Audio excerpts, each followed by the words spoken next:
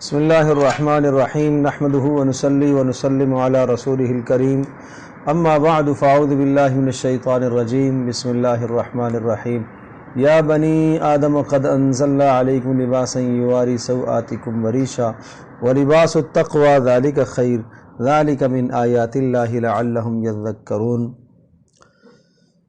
اے آدم کی اولاد، آدم کے بیٹوں اور بیٹیوں، قد انزلنا علیکم لباسا یواری سوآتکم وریشا، ہم نے تمہارے لیے لباس نازل کیا ہے جو تمہارے جسم کے ان حصوں کو چھپا سکے گا جن کا کھولنا برا ہوتا ہے اور جو خوش نمائی کا ذریعہ بھی ہے۔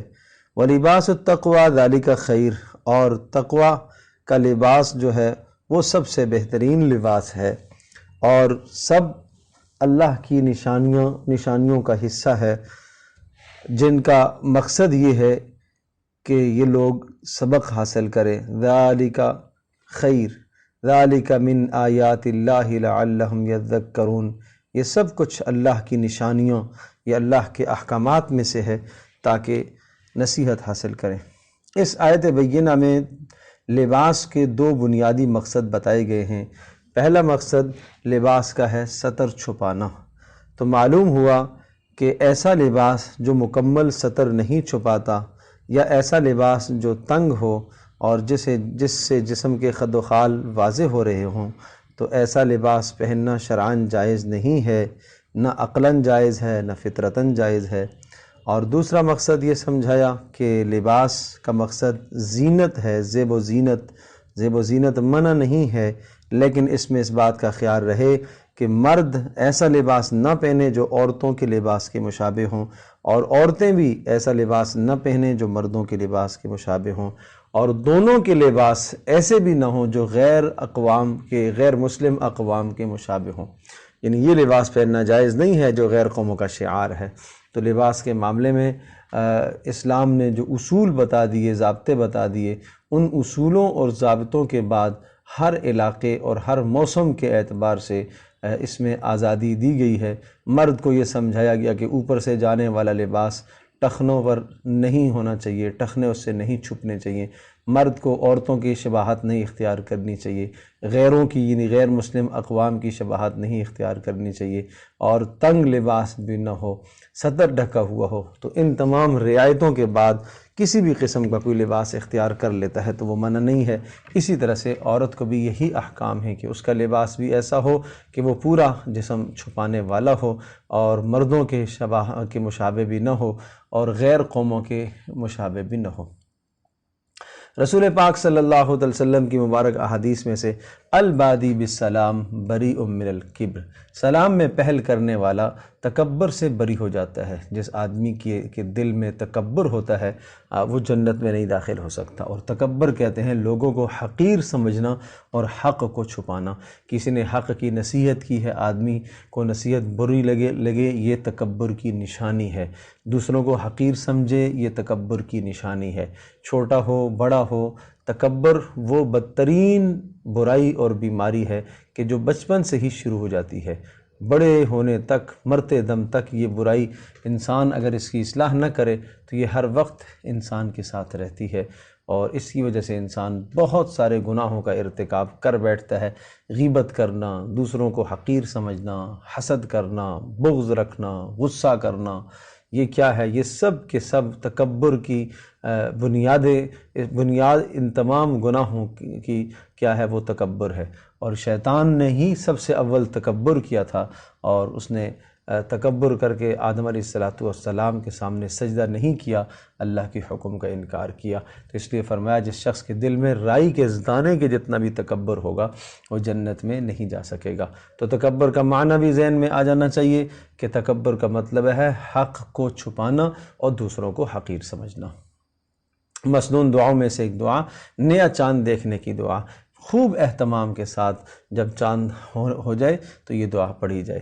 لہٰذا جس شخص کو رسول پاک صلی اللہ تعالیٰ علیہ وسلم کی پیاری زندگی سے محبت ہوگی تو اسے یاد بھی رہے گا کہ آج چاند ہوا ہے۔ ضروری نہیں ہے کہ چاند نظر آئے، چاند ہو جانے کی اطلاع ہو جائے تو یہ پڑھ لے۔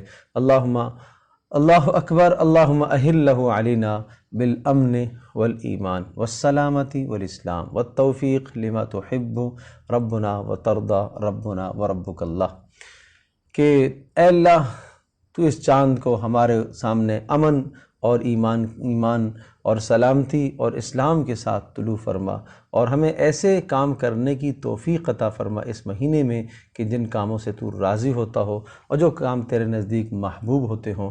اور پھر چاند کو خطاب کر کے کہا کہ اے چاند میرا بھی اور تیرا بھی پروردگار اللہ ہی ہے۔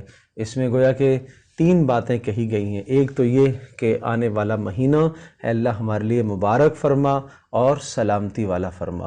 دوسری بات یہ کہی گئی ہے ان اعمال کی توفیق عطا فرما جن اعمال پر تو راضی ہوتا ہے۔ اور تیسرا ایک باطل نظریے کی تردید کی گئی ہے کہ جو لوگ چاند کو رب مانتے تھے ان کو سمجھایا گیا کہ نہیں، اس چاند کا بھی اور ہمارا بھی رب اللہ تبارک و تعالی ہے۔ تاریخ اسلام میں حضرت علی رضی اللہ تعالیٰ عنہ کے احوال میں سے کچھ باتیں ہیں۔ حضرت علی رضی اللہ تعالیٰ عنہ کا نام جو ہے وہ علی ہے، اور کنیت ابو تراب اور ابو الحسن اور لقب حیدر کرار ہے۔ حیدر کرار، حیدر شیر کو کہتے ہیں، بہادر کو کہتے ہیں، کرار بار بار پلٹنے والے۔ اور چونکہ حیدر کرار اس لیے کہا جاتا ہے کہ جنگوں میں بار بار پلٹ کر حملہ کیا کرتے تھے۔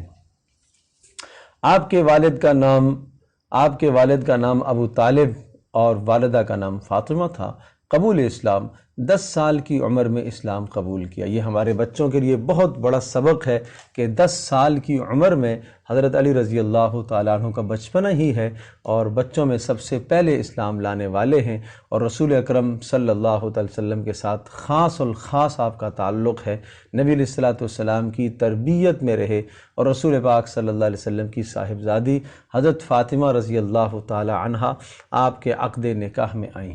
خاص وصف حضرت علی رضی اللہ تعالی عنہ کا شجاعت، بہادری آپ کا خاص وصف تھا، اور جنگ میدان میں دشمن پر کڑا وار کرتے تھے اور پھر اچانک پلٹ کر دوبارہ وار کرتے تھے۔ اسی وار کی وجہ سے دشمن بھوکلا کر پسپائی کا شکار ہو جاتا، اسی وجہ سے ان کو حیدر کرار بھی کہا جاتا تھا۔ تو حیدر کرار، حضرت علی کرم اللہ وجہہ، حضرت علی رضی اللہ تعالیٰ عنہ، کرم اللہ وجہہ اس لیے کہا جاتا تھا حضرت علی رضی اللہ تعالیٰ عنہ کہ کچھ لوگوں نے حضرت علی رضی اللہ تعالیٰ عنہ کو کہ دور خلافت میں ان کو برا بلا کہنا شروع کیا، اور وہ یوں کہتے تھے سود اللہ وجہہ، اللہ اس کے چہرے کو سیاہ اور کالا کرے۔ تو اس وقت کے علماء مشائخ نے اور بعد والوں نے حضرت علی رضی اللہ تعالیٰ کے نام کے ساتھ کرم اللہ وجہہ کہا کہ اللہ پاک ان کے چہرے کو اور روشن کرے، اللہ تبارک و تعالیٰ ان کو اور وجاہت عطا فرمائے، تو اس لیے ان کے نام کے ساتھ کرم اللہ وجہہ بھی کہا جاتا ہے۔ حضرت علی رضی اللہ تعالیٰ عنہ علیہ السلام کہنا جائز نہیں ہے، یہ انبیاء علیہ السلام کی شناخت اور پہچان ہے۔ رضی اللہ عنہ یہ صحابہ کی پہچان ہے۔ رحمہ اللہ بزرگوں کے ساتھ، نیک لوگوں کے ناموں کے ساتھ کہا جاتا ہے، تو لہذا اس بات کا خیال رکھا جائے۔ حضرت علی رضی اللہ تعالیٰ عنہ اور خلافت، حضرت عثمان رضی اللہ تعالیٰ کی شہادت کے بعد خلافت کا عہدہ آپ کے سپرد کیا گیا، اور حضرت عمر رضی اللہ تعالیٰ کی روش پر چلتے ہوئے آپ نے انتہائی عدل و انصاف کے ساتھ یہ عہدہ خلافت کا بھرپور پاس رکھا، اور مدت خلافت 4 سال 9 ماہ منصب خلافت پر رہے، اور شہادت کا واقعہ 17 رمضان 40 ہجری بروز جمعۃ المبارک کو یہ واقعہ پیش آیا، اور اس وقت عمر مبارک جو ہے وہ 63 سال کی تھی، اور عبد الرحمن بن ملجم نامی ایک شخص تھا جو خارجی تھا، اس نے آ کر حضرت علی رضی اللہ تعالیٰ عنہ کو شہید کیا، اور جب وار کی اس نے پے در پے تو پوچھا کہ کس نے مارا، تو بتایا گیا عبد الرحمن بن ملجم۔ تو پھر ارشاد فرمایا کہ اگر میں زندہ رہا تو میں خود اس سے قصاص اور بدلہ لوں گا، اور اگر میں جو ہے اسی واقعے میں شہید ہو گیا تو اسلام کے قانون کے مطابق اس سے قصاص لیا جائے۔